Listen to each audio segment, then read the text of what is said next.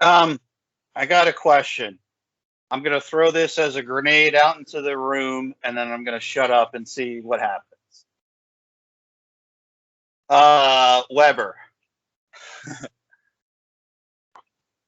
do you think Yeah, you're that, yeah, do you think it takes different people, different amounts of time and energy and effort to come to the realization that one, tangibly, they won't be in the military anymore, and that they will no longer be a bomb tech or EOD?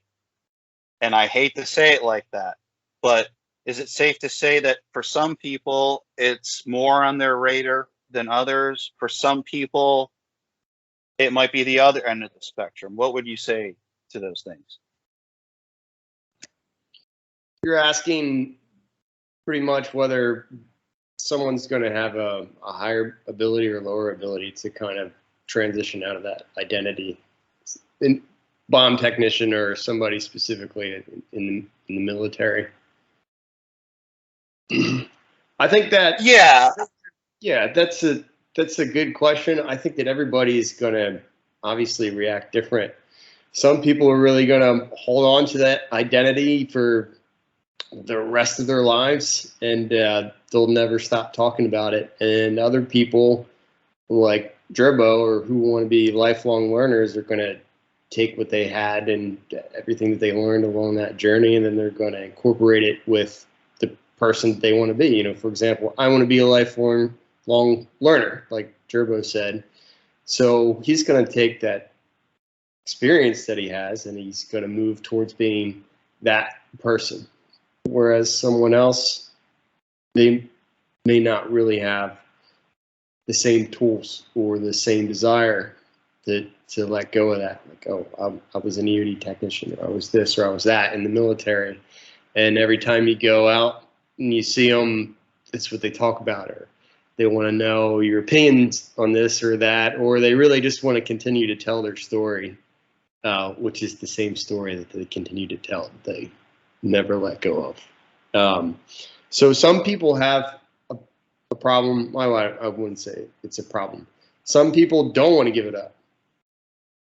They don't want to give it up. That's the person they were, and they're completely okay with hanging on to that, and they may not be ready to move on with it.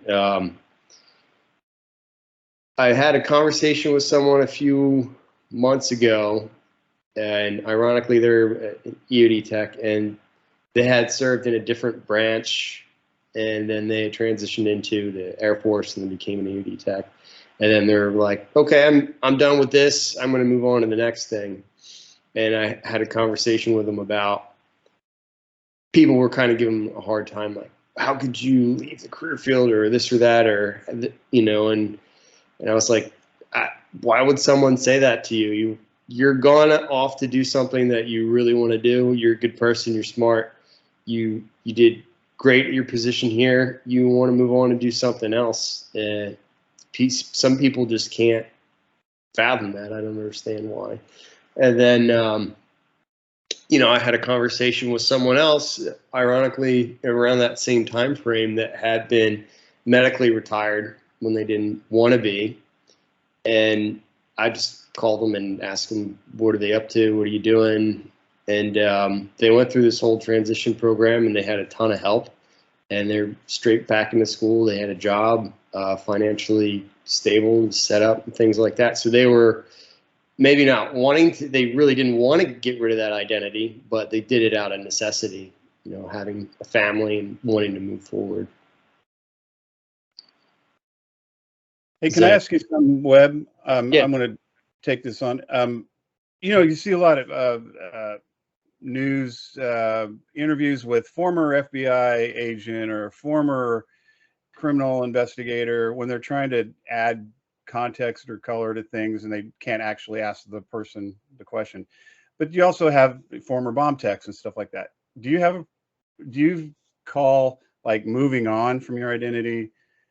Like, what does moving on from EOD look like to you, or the military? I know we try not to make this EOD centric, but can you have a new identity and still have your history and relevance and use that somehow without feeling like, oh, when will he ever stop talking about EOD? Because I think that's where I am. I'm like, I use it for work and I love the crab and it's like behind me in a few places. I even have a bomb suit standing by for one of Mario's grenades,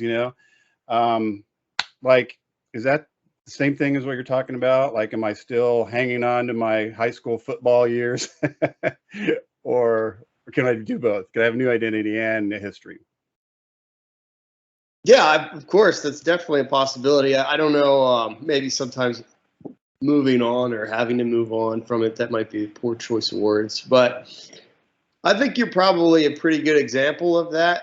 I know you spent decades as an EOD technician and you retired. So obviously, it's 30 years of your life. You're not just going to go, well, that's done, and then boom. You're still going to take that and make it relevant. But you're not.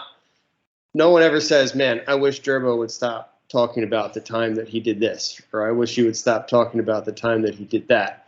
You're not that guy. You're not the Al Bundy retired guy who just can't talk about that one time when he, the high school football star. They just can't get rid of that, and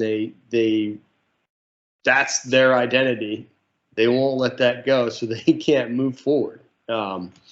And I think part of that, to be honest with you, part of that is, having a vision of who do I want to be. And for your example is, I want to be a lifelong learner. Well, that requires me to be consistently learning over the span of my lifetime. So I have to have a vision, or you have to have a vision. There I am over there, lifelong learner. Well, what can I do to make sure I'm still a lifelong learner? Do I talk about the time that I stormed the castle and fucking saved the damsel in distress, and then just continue to talk about that and talk about that one pass that I threw at high school and how incredible it was to celebrate? Or do I keep my focus on the person that I want to be? I want to be that lifelong learner. So I'm going to read a book, or I'm going to participate in a conversation where I might have to challenge my thoughts and provide feedback. Or do I want to go back into school? Do I want to take on a challenging new position? What's going to take me towards that person? I watched a really challenging video a couple months ago, and I still haven't been able to answer this question. The person said, Mario, you may have seen it. They said, there's a context. We're going to pick 3 things that we are, and then we're going to write what 3 things are we and why are we those things. And I can't answer that question because I can't narrow it down to 3 things, honestly. But this person, he was very smart, high emotional intelligence, and he had a good handle on himself. He knew what type of person he was, and he had transitioned out of the military. He said, if I remember correctly, he said, I'm curious. And he explained why being curious was important. For somebody that wants to be a lifelong learner, curiosity is huge. If you want to know how something works, you want to learn something new, you want to have a better relationship with someone, you have to be curious. Oh, I want to know what he's thinking, or why does he do this? He said, I'm a father. He's a dad, obviously, and if you're a parent, you know why that's important. The other thing he said, which was interesting to me, he said, I'm a good storyteller. And I said, why would he want to identify with being a good storyteller? And he expounded on it. And for him, being a good storyteller gives him the opportunity to tell people his journey. They get to hear, for the purpose of this conversation, what was his identity at that time when he's telling that story. And you can hear him, what he's telling you, I was crazy, I was mad, I was upset at this time, and then you see that was his identity then, and he tells you this story, and he said, that's not the person that I wanted to be. I saw a person way off in the distance, and he tells a story about how he gets there.